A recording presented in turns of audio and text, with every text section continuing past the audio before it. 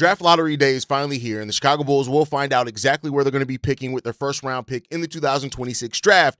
This isn't just another offseason event. This is the first step of the Bryson Graham era and a big piece in hopefully improving this team and getting us where we are. The Chicago Bulls sit right now in the 9th spot, and they have a real chance to jump into the top 4 on today's episode. We're going to talk about the chance of them moving up in the lottery. We're also going to talk about a rumor that popped up yesterday about the Bulls trading number 15 for Khaman Maluach, and would that actually make some sense for the Chicago Bulls? Fact or cap? We're going to play it again. I didn't expect to be playing it this soon, but we're going to be talking a little bit about that. All that plus more right after this.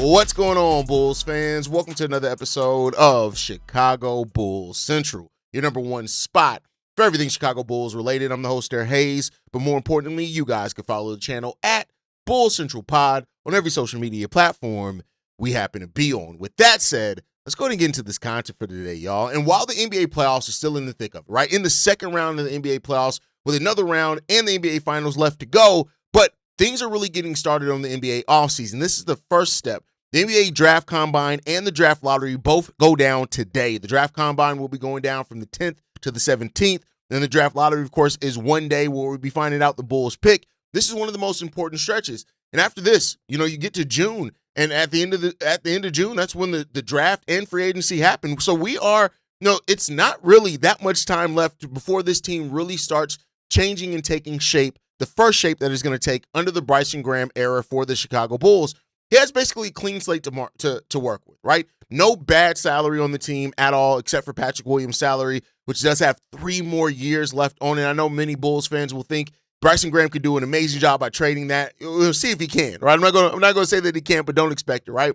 But I think more importantly than anything else, the Bulls fans are getting excited again. Now, don't get me wrong. There are still absolutely pessimistic Bulls fans. There still are also just hesitant Bulls fans that want to see it before they believe anything. And I can't knock either one of those crowds either. But for the first time in a long time, it seems like this fan base is majoritarily excited again, right? And that says a lot of things when it comes down to it, right? So that's a good spot to be in. And so on today's episode, we're gonna do some separating some the real from the noise, right? We're gonna play facts or cap again in regards to that. But I want to talk about the Bulls in this draft pick right now, right? The Bulls right now are coming into the draft lottery, for those that don't know, with the number 9 spot in the lottery, right? They have a 20.3% chance of moving to the top 4, a 4.5% chance at the number 1 pick overall. The most likely outcome for the Bulls is still that they'll stay at number 9. There's a 50.75% chance that we stay at number 9, right? Of course, we can drop into the top 4. Also, what a lot of people aren't talking about is that we can drop 4 spots, right? So all those things are possibilities here. And the targets, we all know the targets. We'll talk about those guys in a second, right? But that's the possibility here for the Chicago Bulls, is that they can rise up. When you look at it, the pick-by-pick breakdown, the Bulls have a 4.5% chance at the number 1 overall pick, a 4.8% chance at the number 2 overall pick, a 5.23% chance at the number 3 overall pick, a 5.7% chance at number 4. They cannot go anywhere else than that. It's either moving into the top 4. I still see Bulls fans every day that post about the Chicago Bulls potentially moving in, getting number 7 again. That's not a possibility here. They can't, at least not via the lottery. Now, could they trade into number 7 if they stay at number 9? That's a possibility. But as far as the draft lottery, number 5, number 6, number 7, number 8, there's 0% chance they get one of those selections. But there's a 50.75% chance that they stay at number 9, a 25.8% chance at falling to number 10, a 3% chance to fall to number 11, a 0.09% chance to get number 12, and then a less than a 1% chance to get number 13. So there you go at it for the Chicago Bulls. That is the draft lottery odds that we're coming into with this season, and we're going to see what happens and what destiny holds for the Chicago Bulls. I know there are a lot of people that are doing everything. There's people right now probably doing African rain dances or something like practicing voodoo for the Bulls to get the number 1 overall pick. But the place that I'm at with it is I'm personally in a spot where I'm cool either way, right? Like, of course, if you can get the number 1 overall pick, get the number 1 overall pick. Like, I'm not going to say, hey, we're good if we're like, it's cool that we don't get it. Like, yeah, there's some really good talent here. I'm going to be absolutely batshit ass crazy if the Bulls get the number 1 overall pick. But there's also some chances at some other things, right? So, if the Bulls get number 1, it seems like, and they're basing this off what Bryson Graham said, but AJ Dybantsa may be the guy there.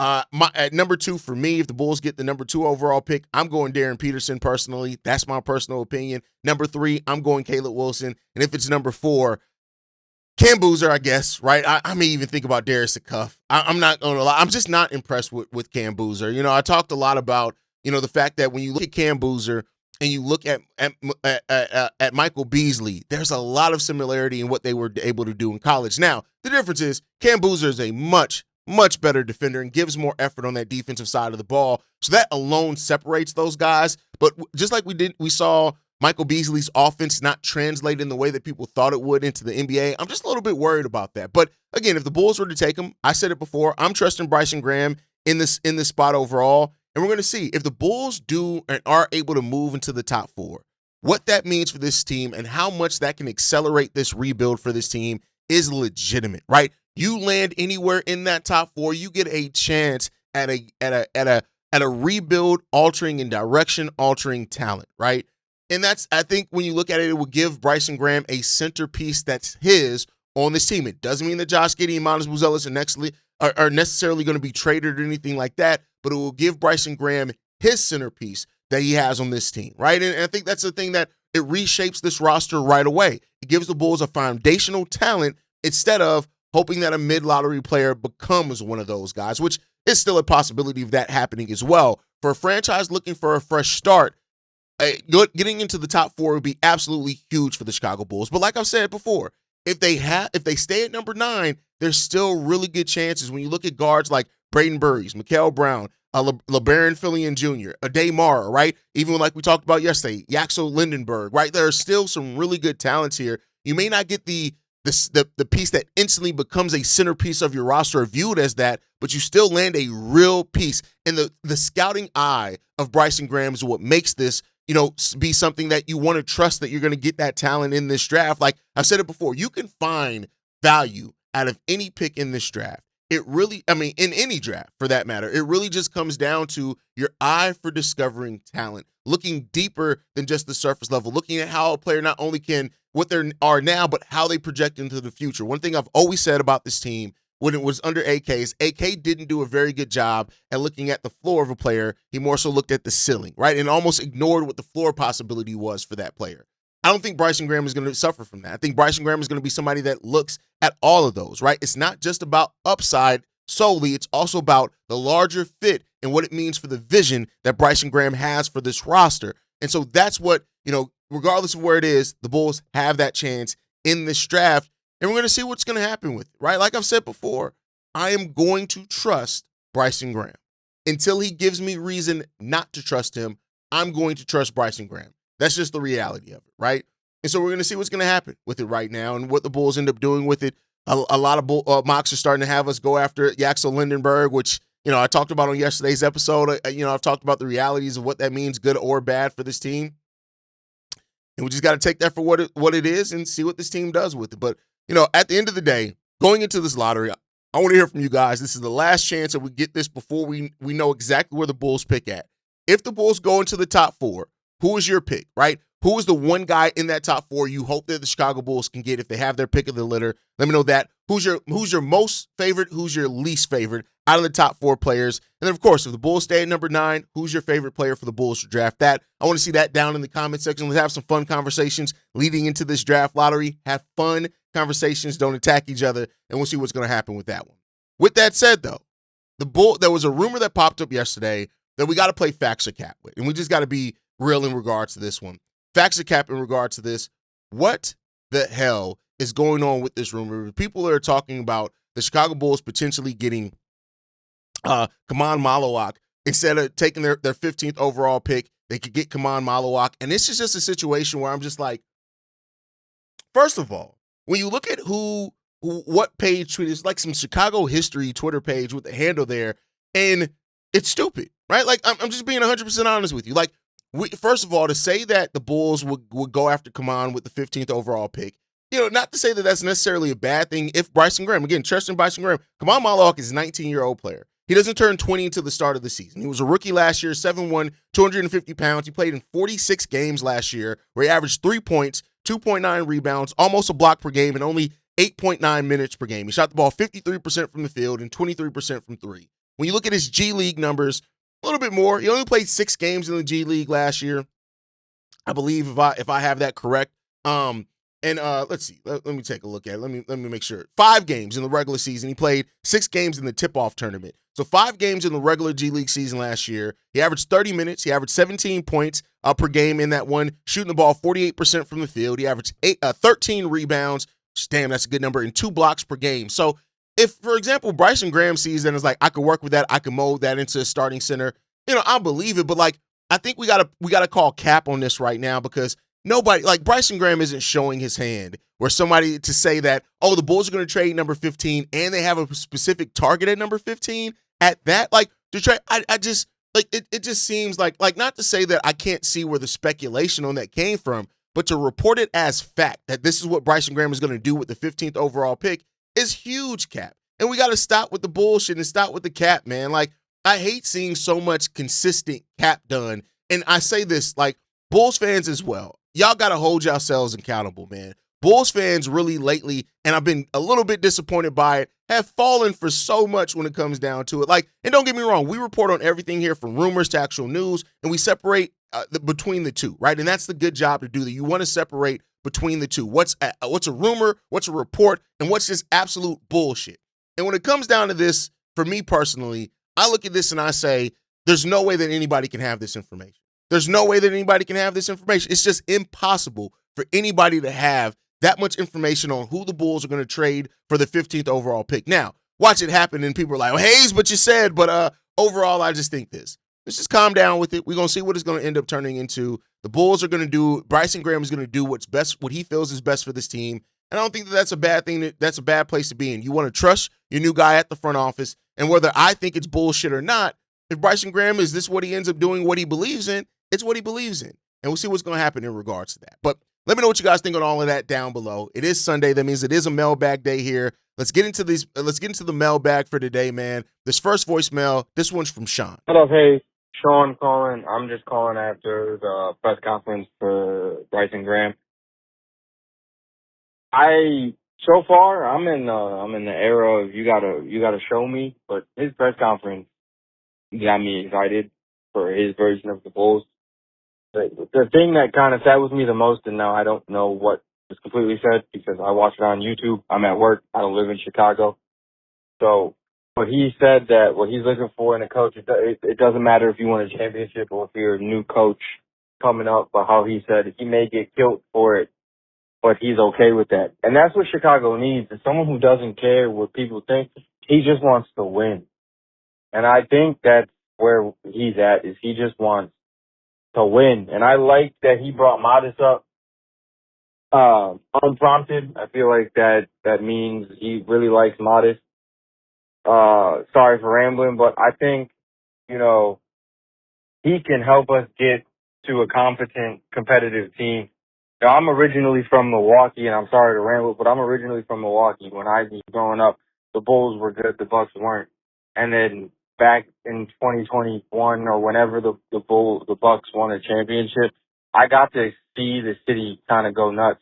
I want that for Chicago. I want to see my team hoist championships, and I hope that, with time, he's the guy that can get us there. But, I'm sorry for rambling. Have a good one. Peace. A good front office does what is best for the team. And I think that's the overall thing in regards to this. Yes, Bryson Graham has the fan base excited again. And that is something that you cannot overlook. But I think the key in all of this is that he appears willing to make the best decisions. And that's the thing. What have I always said about this team? You need somebody that's going to care more about winning than anything else if this team is ever going to pull itself out of where it is. Meaning that also, and I know some fans don't like to hear this, it's not the job of the front office to do what fans want to see. It's up to the job to do. It's up for the front office to do the best job at building and getting and creating a winning team and culture, right? And that's not always going to be who Bulls fans think that Bulls should draft. It's not always going to be trading or signing for who Bulls fans think the Bulls should sign or trade for. But it is going to be about strategically going out there and doing it. Winning has become more has to become before comfort, before popularity, and before nostalgia. And especially that last part for the Chicago Bulls team. A good front office does not simply do what fans want. It does what's best for the team. It exists to do what's best to build the best possible team. And that's the job of a good front office. And let's hope that Bryson Graham could build that out and lead a good front office. Let's hope so. Let's get into this next one, man. This one's from Vaughn. What's going on, Haize? This is your boy Vaughn from Indianapolis. On my lunch break, stepped away from my desk, took the chains off to try to, really just listen to your podcast. I'm in the middle of Facts or Cap right now. So, hey, my guy, you opened up Pandora's box. You told me to quit saying the same shit over and over, but, hey, with the hiring of Bryson Graham and the Facts or Cap show about the current roster and trades, possible trades, you already know where your boy is going with this. So, again, I took your advice. I stopped saying the same shit over and over, but, hey, now the topic or the subject matter lends itself to some of my old takes. So, anyway. I don't know if I want to say facts or cap on the trade of Giddey.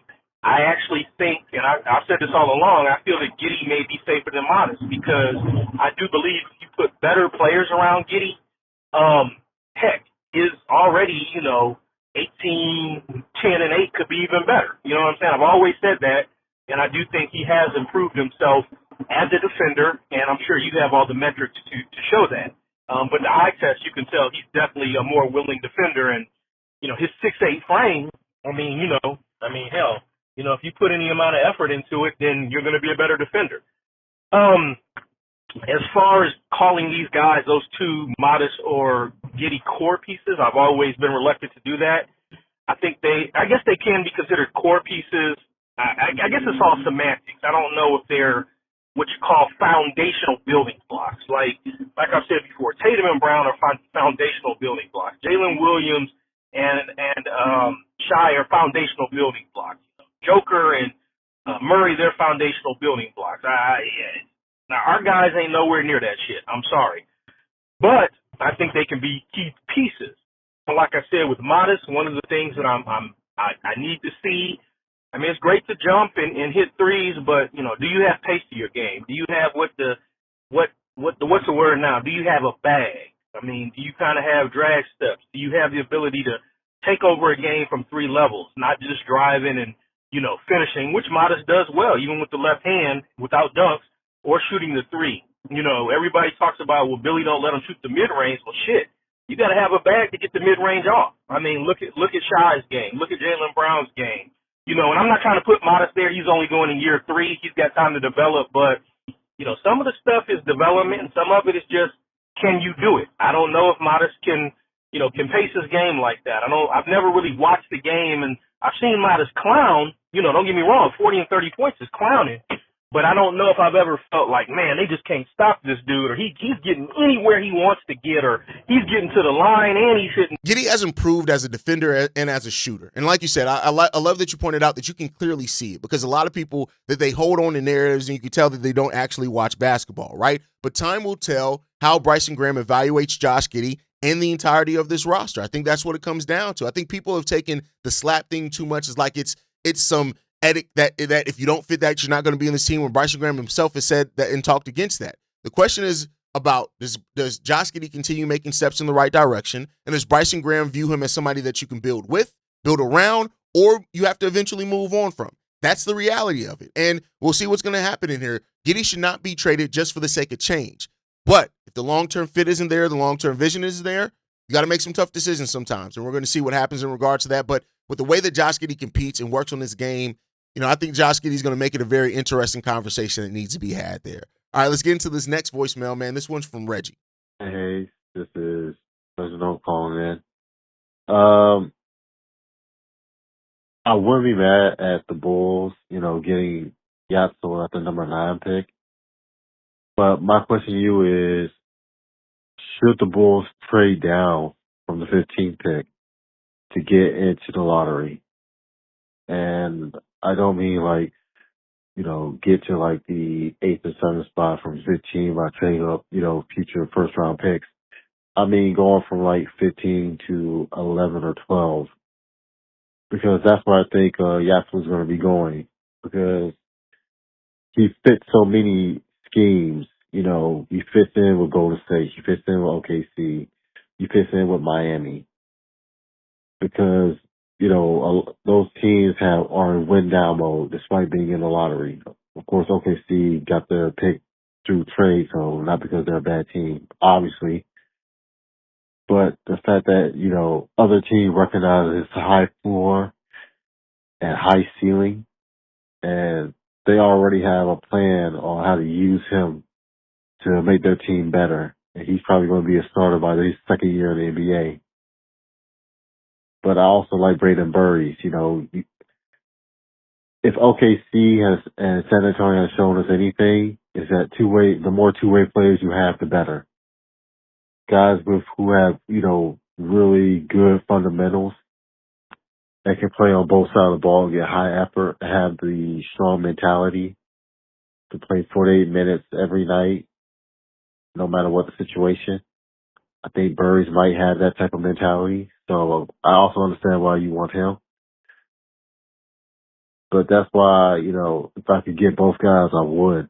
Because I think both guys have a really good chance of being starters in this league. But Yasuo is not going to be at the number 15 spot.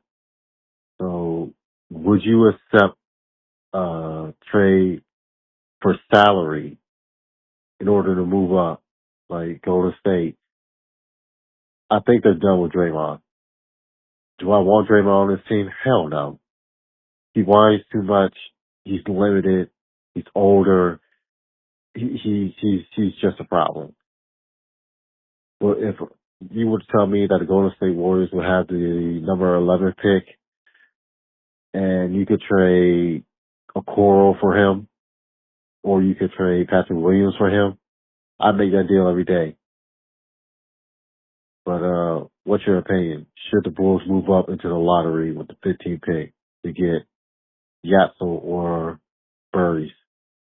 You have to read the draft board, bro. I think the Bulls fans are always going to ask if the Bulls should trade up, but you have to understand, like, what if the teams ahead of you don't want to trade down, right? Like, it's not just about, we're going to trade up because we want to. Like, you have to also have the trade partner that's worth it, and then the deal makes sense to trade up for. So I think that it comes down to, like, you have to look at what teams could be willing to trade down. We don't know about that, right? This is information that the fans and the media won't have until well after the draft. The Bulls just need to read the draft board correctly and honestly and evaluate that and decide what they want to do with it. Sometimes the right move is patience, and it's not forcing a trade that may not exist there, and then you have to take away other assets you could have used in other places. So we'll see what happens with that. All right, let's get into this next voicemail, the last one for today. This one's from Shay. What's up, Haize? It's Shay. Look, I know that we shouldn't be drafting for need or nothing like that. I know we need to go best available, but I'm here to say this. We should make our priorities to get a 2-guard or a center. Look, I know we shouldn't be drafting of need, but, like, I feel like we shouldn't be trying to address any other forward spot unless it's AJ Dybantsa and we get the number 1 overall pick. And in that case, you got to go for AJ Dybantsa. Okay?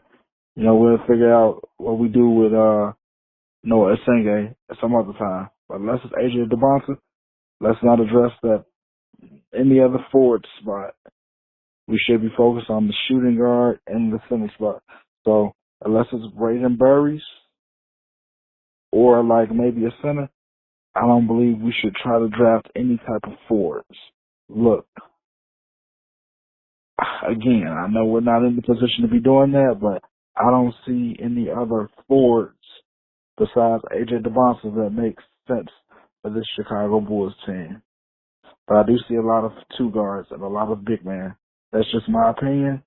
It is what it is. Anyway, Tim, what you think? Peace. The Bulls should prioritize talent first, not position, right? You can't ignore a prospect's floor. Yeah, but and I think AK overlooked floor way too many times and created a roster risk when it came down to it. This roster is too unsettled to be focused on just a position. Now, I do think if you're looking at position, you name the two positions that seem like they make the most sense, but you can't ignore talent. We don't even know what Noah Essenke is going to be, long term. If he can put on the weight, he could very well be a center long term. So you do need another forward next to Miles Buzelis. Next to Miles Buzelis. So we don't know. And at the end of the day, I think Bryson Graham has to balance upside, floor, and flexibility overall. And also the thing that the Bulls, like I said, need more than anything is talent. That's what we need on this team more than position. It's talent. Go out there and get the talent. Work the rest out later. At least that's the place that I'm in right now with this team. And it could change after this draft. We'll see how it ends up being. But that's going to do it for today's episode. We're going to be live for the NBA draft lottery tonight. And we'll be live and we'll be reacting live to wherever the Bulls are. Even if the Bulls do stay at number 9, though, I need Bulls fans to realize that it's still a really good chance to upgrade this roster. Can Bryson Graham read the board correctly? Can he identify the right talent? That's what we're going to see, what we're going to hear rumors of through the draft combine and all that type of stuff. But I think overall, we're going to separate the rumors from the bullshit, and we're going to continue to do that for the majority of the offseason. We're going to see what's going to happen. Make sure you guys stay locked in with us. Hit that like button on the video. You can subscribe to the channel as well. Make sure you guys hit that notification bell so you never miss an episode or an upload. You can follow us at Bull Central Pod on every social media platform. You can send us any feedback, questions, comments, concerns, bullcentralpod@gmail.com. And lastly, if you want to leave a text message and our voicemail for the mailbag, the number to do so, 773-270-2799. We are the number 1 spot for everything Chicago Bulls related, but that is thanks to you, lovely and beautiful Bulls fans. And like I like to end every episode on, go Bulls. Love you guys. See you ready if you can, y'all. Peace. This has been a presentation of the Break Media.